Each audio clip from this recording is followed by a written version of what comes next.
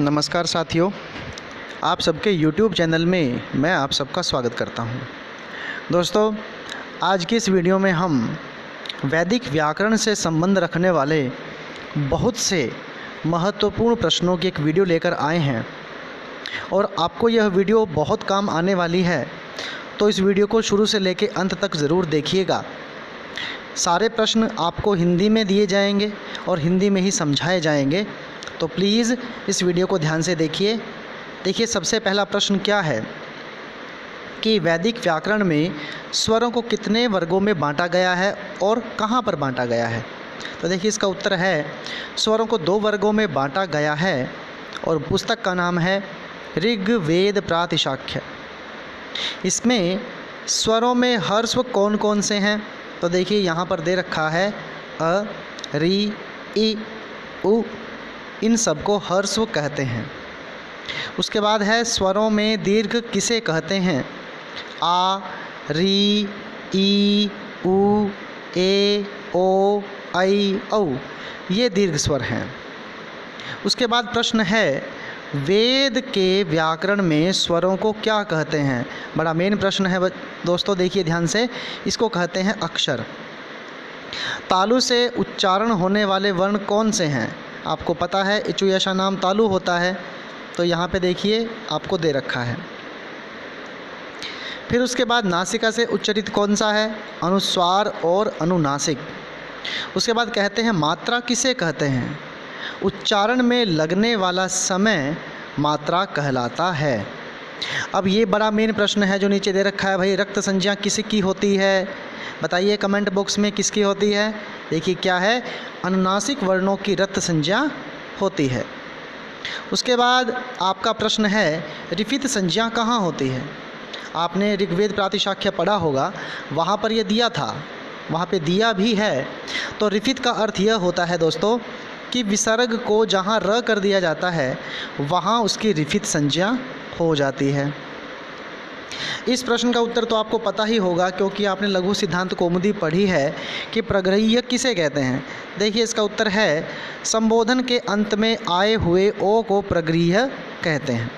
उसके बाद देखिए अगला प्रश्न क्या है, अब है संधि किसे कहते हैं भाई। तो देखिए इसका उत्तर क्या है, 2 वर्णों के युति को संधि कहते हैं, यानी वर्णों की युति यानी मेल को संधि कहा जाता है। उसके बाद प्रश्न आपका है क्या वैदिक एवं लौकिक संधियों के नियम समान हैं। बताइए क्या इसका उत्तर हो सकता है। देखिए इसका उत्तर क्या है, हाँ समान है, लेकिन फिर भी लौकिक संधियों के बजाय वैदिक संधियों में नियम लौकिक संधियों के कई बार काम नहीं करते हैं, थोड़ा बहुत फ़र्क वहाँ पे आ जाता है। उसके बाद कहते हैं अभी स्वर संधि को वैदिक व्याकरण में क्या कहते हैं। बताइए कमेंट बॉक्स में क्या इसका उत्तर होगा। देखिए भाई इसका उत्तर है प्रश्लिष्ट संधि। कौन सा भेद है, प्रश्लिष्ट संधि कहते हैं स्वर संधि को। उसके बाद स्वर संधि में कितनी वैदिक संधियाँ होती हैं। बताइए भाई कितनी होती हैं। इसका उत्तर होता है 11 संधियाँ होती हैं वैदिक की व्याकरण में स्वर संधि के अंतर्गत। उसके बाद सूनवे अग्ने, इसमें कौन सी वैदिक संधि है। बताइए कमेंट बॉक्स में। देखिए भाई इसके अंदर संधि कौन सी है, इसको कहेंगे अभिनिहित संधि। उसके बाद पूछते हैं अग्ने इंद्र, यहाँ कौन सी संधि है। तो देखिए दोस्तों ध्यान से, यहाँ पर संधि है उद्ग्राह संधि। उसके बाद क्या होगा, जो अग्ने में ए है वो कट जाएगा और अग्न इंद्र ये शब्द बनता है। उसके बाद कहते हैं भी पदवृत्ति संधि में कौन सी प्रक्रिया होती है। देखिए इसका उत्तर क्या है, पदवृत्ति संधि में ऐ औ के बाद कोई स्वर हो तो ए और औ के स्थान पर आ हो जाता है, जैसे अंतवई प्लस उ। अब यहाँ पर ऐ से परे उ है, कोई अन्य स्वर है, तो ऐ की जगह पर क्या हो गया भाई, आ, तो अंतवा उ ये बन गया। ऐसे ही उभऊ प्लस उ का बन गया उभा उ। यह होती है पदवृत्ति संधि। आगे प्रश्न है वषटते, यहाँ कौन सी संधि है। बताइए कमेंट बॉक्स में अगर आपको पता है इसका। इसका उत्तर है दोस्तों अवशंगम आस्थापित संधि। उसके बाद पूछा है आपसे त्वाम ह, यहाँ कौन सी संधि है? यहाँ पर देखिए दोस्तों है परिपन्न संधि। उसके बाद आगे है अश्वः रथः, यहाँ कौन सी संधि है? इसका उत्तर है विसर्ग संधि का एक भाग है अकाम संधि, इसके अंदर वह है। उसके बाद प्रश्न है समुद्रः स्थः, यहाँ कौन सी संधि है? देखिए भाई यहाँ पर अनवक्षर वक्त्र संधि है। उसके बाद देखिए अगला प्रश्न क्या है, उत्पणीन प्लस हतम, यहाँ कौन सी संधि है? तो देखिए भाई यहाँ पर है स्पर्श रेफ संधि है, उत्पणिर हतम, ये बन जाएगा उसके बाद रूप। उसके बाद आपके पास एक शब्द है महान प्लस चरती, यहाँ किस संधि का विधान है? बताइए क्या है?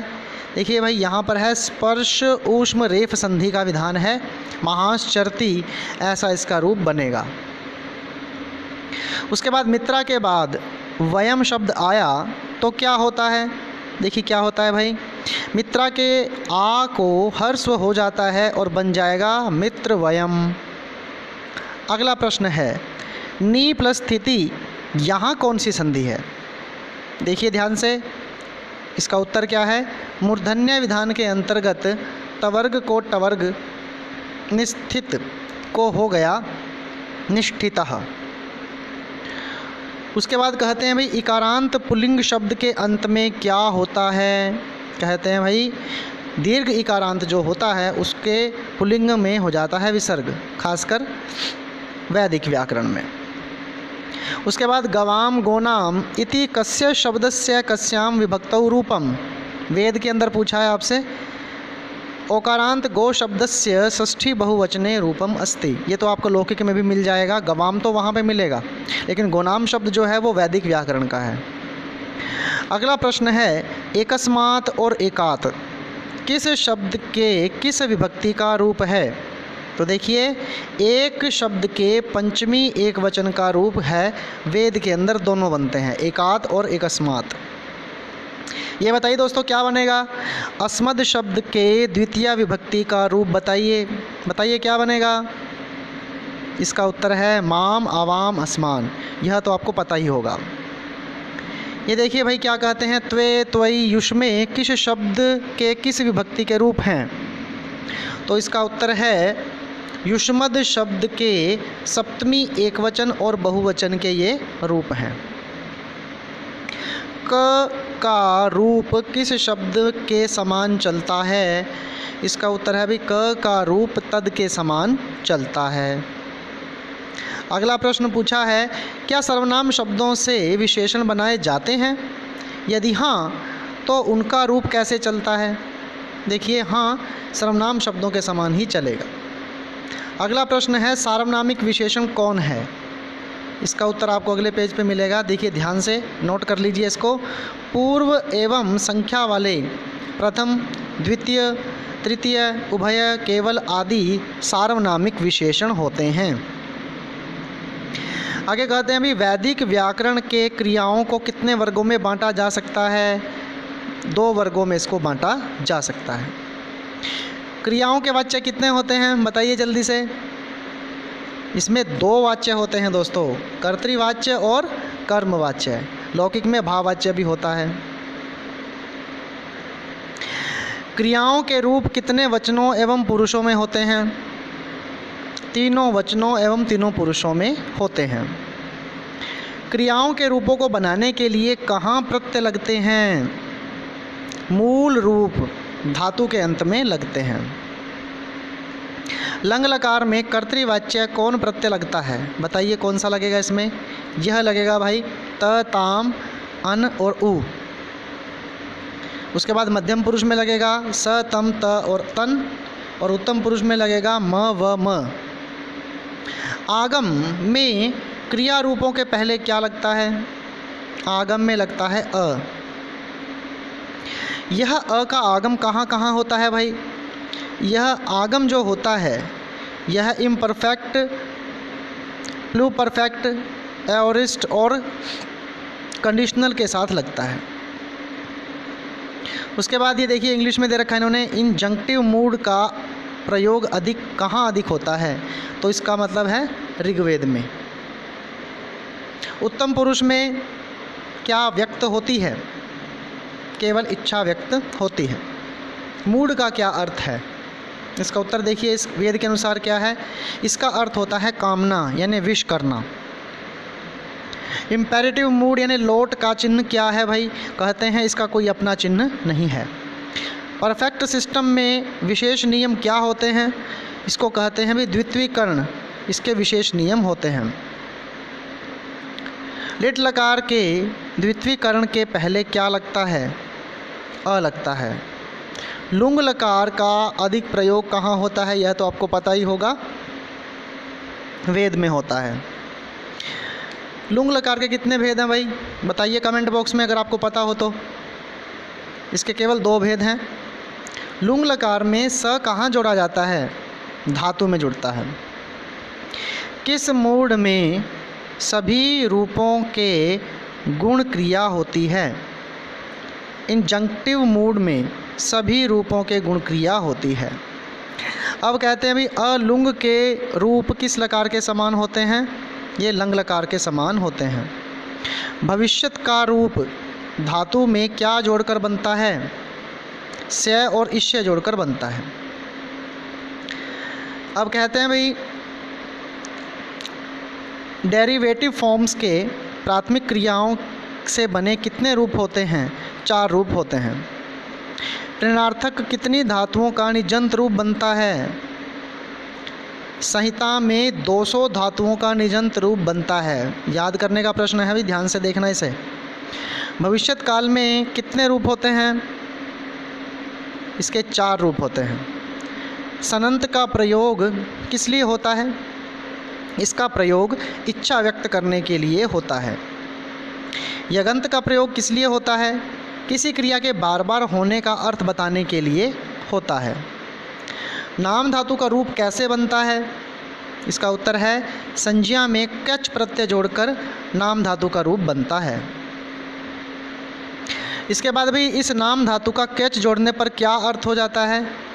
इसका अर्थ भी इच्छा रखने का ही है। नाम धातु के पार्टिसिपल एक्ट के रूप क्या होते हैं? नमस्यतः, मिडिल, नमस्यमान, ये रूप इसके बनते हैं। क्या वैदिक भाषा के कृदंत रूपों में विशेषताएं पाई जाती हैं? हाँ, कुछ विशेषताएं पाई जाती हैं। कर्मवाच्य क्या जोड़कर बनता है? पैसिव में त या इत जोड़कर बनता है, जैसे यात, जित और भीत। फ्यूचर पैसिव में कितने प्रत्यय लगते हैं? 7 प्रत्यय लगते हैं। पूर्वकालिक क्रिया रूप में क्या जोड़कर जीर्ण बनता है? त्वी, त्वा, त्वाय जोड़कर जीर्ण बनता है। तुम प्रत्यांत का ऋग्वेद में कितनी बार प्रयोग हुआ है? बड़ा मेन प्रश्न है भाई, बताइए कितनी बार तुम प्रत्यय का प्रयोग हुआ है? केवल 5 बार ही ऋग्वेद में तुम प्रत्यांत का प्रयोग हुआ है। इन्फिनिटिव में सबसे प्रमुख कौन सा प्रत्यय है? सबसे प्रमुख चतुर्थ्यंत प्रत्यय है। चतुर्थ्यंत का सामान्य प्रत्यय क्या है? चतुर्थ्यंत का सामान्य प्रत्यय ए है। चतुर्थ्यंत ए आकारांत धातु के साथ क्या हो जाता है? आकारांत धातु के साथ आई हो जाता है, जैसे मुने। कितने कृत प्रत्ययों द्वारा प्रातिपदिक बनाए जाते हैं? बड़ा मेन प्रश्न है। कई कृत प्रत्ययों द्वारा बनाए जाते हैं, जिसमें 38 यानी 38 का उदाहरण यहाँ पे दिया गया है। तद्धित प्रत्यय किसके साथ जोड़े जाते हैं? आपको पता ही होगा, प्रातिपदिक के साथ तद्धित प्रत्यय जोड़े जाते हैं। तद्धित प्रत्यय कितने प्रकार के भावों को अभिव्यक्त करते हैं? कई प्रकार के भावों को अभिव्यक्त करते हैं। वैदिक भाषा के प्रमुख तद्धित प्रत्यय कितने हैं जो उदाहरित हैं? वैदिक भाषा के 35 प्रत्यय जो हैं प्रमुख हैं, जो उदाहरित हैं। क्रिया विशेषण तथा अव्यय का प्रयोग वैदिक भाषा में क्या करते हैं? ये विभक्ति के अर्थ को अवधारित करते हैं। निपात मूलतः क्या है? निपात मूलतः क्रिया विशेषण होता है। क्या निपात का प्रयोग स्वतंत्र रूप से हो सकता है? हाँ, इसका स्वतंत्र रूप से विभक्तियों के साथ भी होता है प्रयोग। तृतीया विभक्ति के साथ किन अव्ययों का प्रयोग होता है? बहुत मेन प्रश्न है, ध्यान से देखिए। स, साकम, सुमद, स्मद, अवह, परह, इन अव्ययों का प्रयोग होता है। वत प्रत्यय लगाकर क्रिया विशेषण का रूप लिखिए। मनोवत, पुराणवत, पूर्ववत। उसके बाद अभी अरम अव्यय क्या है? क्रिया विशेषण है और कभी कभी यह विशेषण भी हो जाता है। अब ये बड़ा मेन प्रश्न है भाई, इति कहाँ लगता है? इति प्रायः किसी कथन के अंत में आता है और क्रिया के पहले आता है। एवं का प्रयोग कितने बार हुआ है? एवं का प्रयोग ऋग्वेद में एक बार यथा के अर्थ में हुआ है। ध्यान से इसको नोट कर लीजिए। किम का प्रयोग किस रूप में होता है? यह प्रश्नवाचक अव्यय के रूप में प्रयुक्त होता है। चेत का प्रयोग कहाँ कितनी बार किसके साथ हुआ है? चेत का प्रयोग ऋग्वेद में 3 बार प्रेजेंट और एओरिस्ट के साथ हुआ है। तस्मात् का प्रयोग किसके साथ हुआ है? तस्मात् का प्रयोग अथर्ववेद में यत के साथ हुआ है। नहीं कैसे बना है? इसका अर्थ क्या होता है? नहीं न और ही को मिलाकर बना है, इसका अर्थ होता है फॉर नॉट। उसके बाद है भाई यत्र किस अर्थ में आता है तथा उसके साथ और क्या व्यवहृत होता है? यत्र जहाँ यानी वेयर या वाइदर के अर्थ में आता है, उसके साथ तत्र भी व्यवहृत होता है। जैसे यत्र लगाएंगे तो एक जगह पर तत्र भी आएगा। यथा और तथा अर्थ में कौन सा अव्यय है? यथा एज तथा सो दैट अर्थ में समुच्चयबोधक अव्यय है। यावत किस अर्थ में प्रयुक्त होता है? यावत as far as long as, जहाँ तक के अर्थ में प्रयुक्त होता है। स कहाँ आता है? संबंधवाचक सर्वनाम के पहले आता है। हंत शब्द का किस रूप में प्रयोग होता है? तो भाई इसका उत्तर है हंत, यह इंटरजेक्शन के रूप में प्रयुक्त होता है। विस्मयबोधक अव्यय कितने हैं भाई? ये 12 हैं। ऋग्वेद प्रातिशाख्य में इनके बारे में बताया गया है। वैदिक संस्कृत की प्रमुख विशेषता क्या है? स्वर या एक्सेंट वैदिक संस्कृत की प्रमुख विशेषता है। स्वर कितने हैं उनके नाम बताइए, आप भी कमेंट बॉक्स में बताइए कितने स्वर होते हैं। तो भाई स्वर 3 हैं, उदात्त, अनुदात्त और स्वरित। ऋग्वेद में अनुदात्त एवं स्वरित का चिन्ह कहाँ लगाया जाता है? आपको यह तो पता ही होगा। अनुदात्त अक्षर को नीचे बड़ी रेखा तथा स्वरित अक्षर के ऊपर खड़ी रेखा को लगाया जाता है। प्रत्यय किसे कहते हैं भाई? देखिए संहिता पाठ में स्वरित के बाद यदि कोई अनुदात्त हो तो केवल अंतिम पर अनुदात्त चिन्ह लगता है, बीच के स्वरों पर चिन्ह नहीं लगता और ये हो जाते हैं प्रत्यय। यानी स्वरित के बाद आने वाले जितने अनुदात्त होंगे अंतिम को छोड़कर सारे के सारे प्रत्यय होते हैं। यह प्रश्न बहुत मेन है भाई कि बहुव्रीहि में स्वर चिन्ह कहाँ लगता है? पूर्व पद पर लगता है कि उत्तर पद पर लगता है? बताइए। देखो भाई बहुव्रीहि में प्रथम पद पर स्वर चिन्ह लगता है। जैसे राजपुत्र में आप देखिए राज के ज के ऊपर एक यहाँ पे चिन्ह लगा हुआ है स्वरित का। उसके बाद कहते हैं एओरिस्ट में किस अक्षर पर उदात्त चिन्ह लगता है? दूसरे अक्षर पर उदात्त होता है, जैसे विदात। आ के पहले कोई उपसर्ग होने पर उदात्त कौन होगा? ध्यान से देखिए, आ के पहले कोई उपसर्ग हो तो उदात्त कौन होगा? आ उदात्त होगा। जैसे स्मा कृणोषि, यहाँ पर देखिए। जात्य किसे कहते हैं? आपको पता है कि यह एक अपना स्वतंत्र अस्तित्व रखता है। सामान्य स्वरित के अंतर्गत कौन से स्वरित आते हैं भाई? देखिए 5 प्रकार के स्वरित आते हैं। उसके बाद अनुदात्त स्वरित, अभिनिहित स्वरित, क्षैप्र, प्रश्लिष्ट, संधिगत स्वरित और जात्य स्वरित। ये 5 स्वरित के भेद होते हैं। उदात्त के बाद उदात्त की संधि में क्या होता है भाई? उदात्त ही होता है। अनुदात्त के साथ उदात्त हो तो क्या होता है? तो उदात्त होता है, अ और ऊ का ऊ ही रहेगा। कंप कब होता है? बड़ा मेन प्रश्न है। जात्य, अभिनिहित, क्षैप्र और प्रश्लिष्ट के बाद जब कोई उदात्त आता है तो कंप होता है। संहिता पाठ से पद पाठ बनाने के कितने नियम हैं? 9 नियम हैं।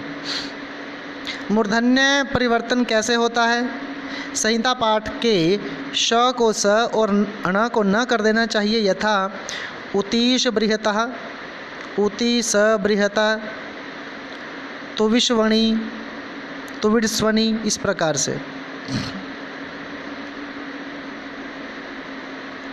उसके बाद दोस्तों जो हमारे वस्तुनिष्ठ प्रश्न थे, अब तक मैंने आपको वो करवाए हैं जिनके ऑप्शन नहीं थे। अब वो करवा रहा हूँ कुछ प्रश्न जिनके ऑप्शन भी हैं, तो आप ध्यान से बताना। वैसे मैंने इनको टिक भी कर रखा है, तो साथ साथ में आप भी इसका उत्तर दे सकते हैं। अगर मैं पूछूं वैदिक भाषा में कुल कितने वर्ण हैं, तो बताइए कितने होंगे इसमें? इसका उत्तर दोस्तों होगा 52 वर्ण। स्वर कितने प्रकार के होते हैं वैदिक संस्कृत में? तो ये 4 प्रकार के होते हैं। व्यंजनों को कितने वर्गों में विभक्त किया गया है? इसका उत्तर देखिए 3 वर्गों में। 5 वर्गों के वर्णों को क्या कहा जाता है भाई? स्पर्श कहा जाता है। वर्ण उच्चारण स्थान कितने हैं? ये तो आपको पता ही होगा। वैदिक संस्कृत में 6 हैं, लौकिक संस्कृत में 8 होते हैं। स्वर भक्ति कितने प्रकार की होती है आपको पता है? 2 प्रकार की होती है, दार्घीयसी, एक होती है हर्ष स्वर भक्ति। कितने स्वरों को नामिन स्वर कहा जाता है? 10 स्वरों को। क्या वैदिक भाषा में संधि के नियम लौकिक भाषा के समान है? आपको पता है इसका उत्तर बिल्कुल है। क्या वैदिक भाषा की संधियों के नाम लौकिक भाषा की संधियों के नामों से भिन्न हैं? आपको पता है बिल्कुल है, भिन्न है। प्रश्लिष्ट संधि क्या दीर्घ संधि के समान ही है? बिल्कुल। तो यानी आप प्रश्लिष्ट संधि को दीर्घ संधि भी कह सकते हो। वैदिक भाषा की स्वर संधि में कितनी संधियां हैं? यह पहले आ चुका है, इसमें 11 संधियां होती हैं। प्रगृह्य स्वरों को प्रकृति भाव होता है कि नहीं होता है? आपको पता है होता है। प्रकृति भाव का अर्थ क्या होता है? जैसा है वैसा ही रहना। अत्रि ऋषि के मंत्रों में एवं अग्नि पद का प्रकृति भाव होता है? यस, होता है। व्यंजन संधि में कितनी संधियां हैं बताइए? इसमें 5 संधियां होती हैं। होतारम रत्नधातमम में कौन सी संधि है? यहाँ पर है परिपन्न संधि। उसके बाद भाई विसर्ग संधि के अंतर्गत वैदिक भाषा की कितनी संधियां हैं? टोटल 12 हैं विसर्ग संधि के अंतर्गत। न के विकार के अंतर्गत कितनी संधियां आती हैं? 3 आती हैं। शोधाक्षर संधि में कितनी संधियां होती हैं? 4 संधि इसमें होती हैं। हर्स्व विधान में कितनी संधियां होती हैं? इसमें 3 होती हैं भाई। त्वर्ग को टवर्ग करने के नियम कितने हैं? 2 हैं। संज्ञा शब्दों के कितने लिंगों में प्रयोग होते हैं? 3 लिंगों में। सर्वनाम शब्दों के कितने वचनों में प्रयोग होते हैं? 3 वचनों में। वैदिक संस्कृत में संबोधन के साथ कितनी विभक्ति होती हैं? आपको पता है 8 विभक्तियों का प्रयोग होता है। देखिए अगला प्रश्न क्या है? वैदिक संस्कृत में क्या एक ही विभक्ति के कई रूप होते हैं? आपको पता है बिल्कुल होते हैं। अकारांत पुल्लिंग शब्द के रूपों के निर्धारण के लिए कितने नियम हैं? तो 4 नियम हैं। इकारांत पुल्लिंग शब्द के रूपों के निर्धारण के कितने नियम हैं? इसके 2 हैं भाई। उकारांत के पूछे हैं कितने नियम हैं? इसके 9 नियम हैं। कारक के विषय में विशेष नियम कितने हैं? तो 3 नियम हैं। संख्यावाची शब्दों के विशेष नियम कितने हैं? इसके 3 नियम हैं। प्रश्नवाचक किम के रूप में कितने विभिन्नताएं हैं? इसमें 3 विभिन्नताएं हैं। वैदिक व्याकरण में क्रियाओं को कितने वर्गों में बांटा जा सकता है? 4 वर्गों में। क्रियाओं के कितने वाच्य होते हैं? ये तो आपने पढ़ा ही था पीछे, 2 थे। क्रियाओं के रूप कितने वचनों एवं पुरुषों में होते हैं? 3 में। पाश्चात्य विद्वानों ने सुविधा के लिए क्रियाओं के कितने कालों का विभाजन किया है? 5। सब्जेक्टिव मूड को कौन सा लकार कह सकते हैं? लेट लकार। लेट लकार का प्रयोग कहाँ कहाँ होता है आपको पता ही है बच्चों, ये केवल वेद में होता है। क्या वेदों में सब्जेक्टिव मूड के रूपों की भरमार है? बिल्कुल है, कोई शक नहीं है। और इसी लेट लकार की क्रियाओं का अर्थ क्या होता है भाई? इच्छा के रूप में प्रयोग होता है लेट लकार, ये बात आपने याद रखनी है। इच्छा का अर्थ किस लकार के समान होता है? विधिलिंग के समान। ऑपरेटिव मूड को किस लकार के अंतर्गत कह सकते हो? इसका उत्तर है लिंग लकार के अंतर्गत। प्रेजेंट सिस्टम वर्तमान काल के अंतर्गत कितने स्वरूप आते हैं? इसके अंदर दोस्तों आएंगे 4। क्रियाओं के गुणों को सुविधा के लिए कितने वर्गों में बांटा गया है? 2 वर्गों में। यदि पहले व्यंजन के साथ दीर्घ स्वर हो तो स्वर को क्या करते हैं? उसको हम ह्रस्व कर देते हैं। परफेक्ट सिस्टम लिट लकार के अंतर्गत कितने मूड हैं? तो इसमें 5 हैं। लुंग लकार का अत्यधिक प्रयोग कहाँ पर होता है? वेद में। लुंग लकार के मुख्य कितने भेद हैं? लुंग लकार के 2 भेद हैं। केवल ऋग्वेद में कितने धातुओं के भविष्यत के रूप पाए जाते हैं? 16। संहिता में कितनी धातुओं का निजंत रूप बनता है? यह प्रश्न पहले आ चुका है, 200 का होता है। उसके बाद फ्यूचर पैसिव में कितने प्रयास लगते हैं? 7। पूर्वकालिक क्रिया के रूप में कितने प्रकार के प्रत्यय जोड़ने पर जीर्ण बनता है? तो देखिए भाई 3 प्रकार से।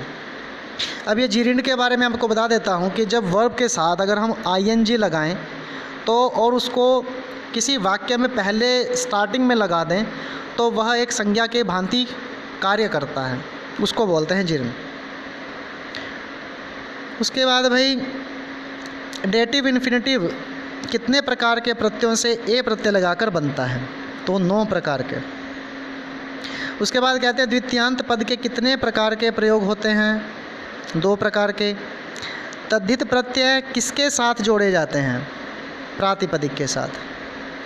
तद्धित प्रत्यय कितने प्रकार के भावों को अभिव्यक्त करते हैं? कई प्रकार के। द्वितीय विभक्ति के साथ कितने निपात अव्यय जोड़े जाते हैं? 6।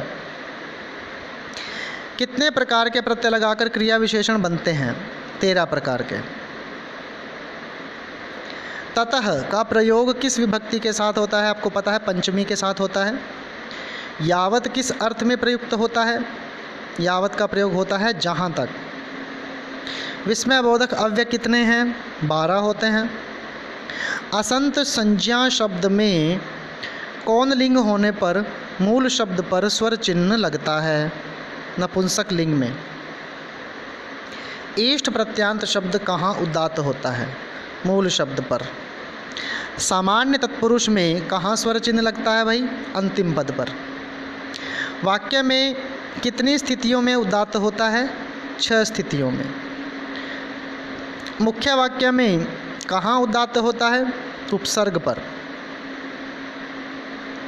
उसके बाद है भाई प्रगृह्य स्वरों से समाप्त होने वाले शब्दों के पदपाठ में क्या लग जाता है? इति लगता है भाई। पदपाठ में क्या एक एक प्रत्येक शब्द स्वतंत्र हो जाते हैं? बिल्कुल हो जाते हैं। क्या पदपाठ में से संहिता पाठ बनाया जा सकता है? बिल्कुल बनाया जा सकता है। कृदंत के कितने उदाहरण दिए गए हैं? 2। कृदंत के कितने उदाहरण दिए गए हैं पास्ट में? तो 3 दिए गए हैं। तो भाई ये आपके कुछ ऐसे प्रश्न थे जो ऑप्शन वाले थे। तो दोस्तों आशा करता हूँ आपको ये प्रश्न की जो श्रृंखला आपके सामने मैंने पेश की है ये आपको कुछ अच्छी लगी होगी। शायद कुछ प्रश्न ऐसे भी होंगे जो समझ से बाहर भी होंगे, तो आप उन प्रश्नों को कमेंट बॉक्स में अपना प्रश्न पूछ सकते हैं, तो उसका उत्तर मैं आपको दूंगा। और आपके लिए कुछ डिफरेंट भी थे ये। शायद आप में से बहुतों ने तो ये शायद ये पढ़े भी ना हो। पढ़े हैं तो बहुत अच्छी बात है, नहीं पढ़े हैं तो इनको ध्यान से पढ़ लीजिए, क्योंकि परीक्षा की स्थिति के अनुसार ये बड़े महत्वपूर्ण प्रश्न हैं। इनको याद कर लेंगे तो लगभग वैदिक व्याकरण का एक बहुत सा, जिसको कह सकते हैं ना, एरिया आप कवर कर सकते हो।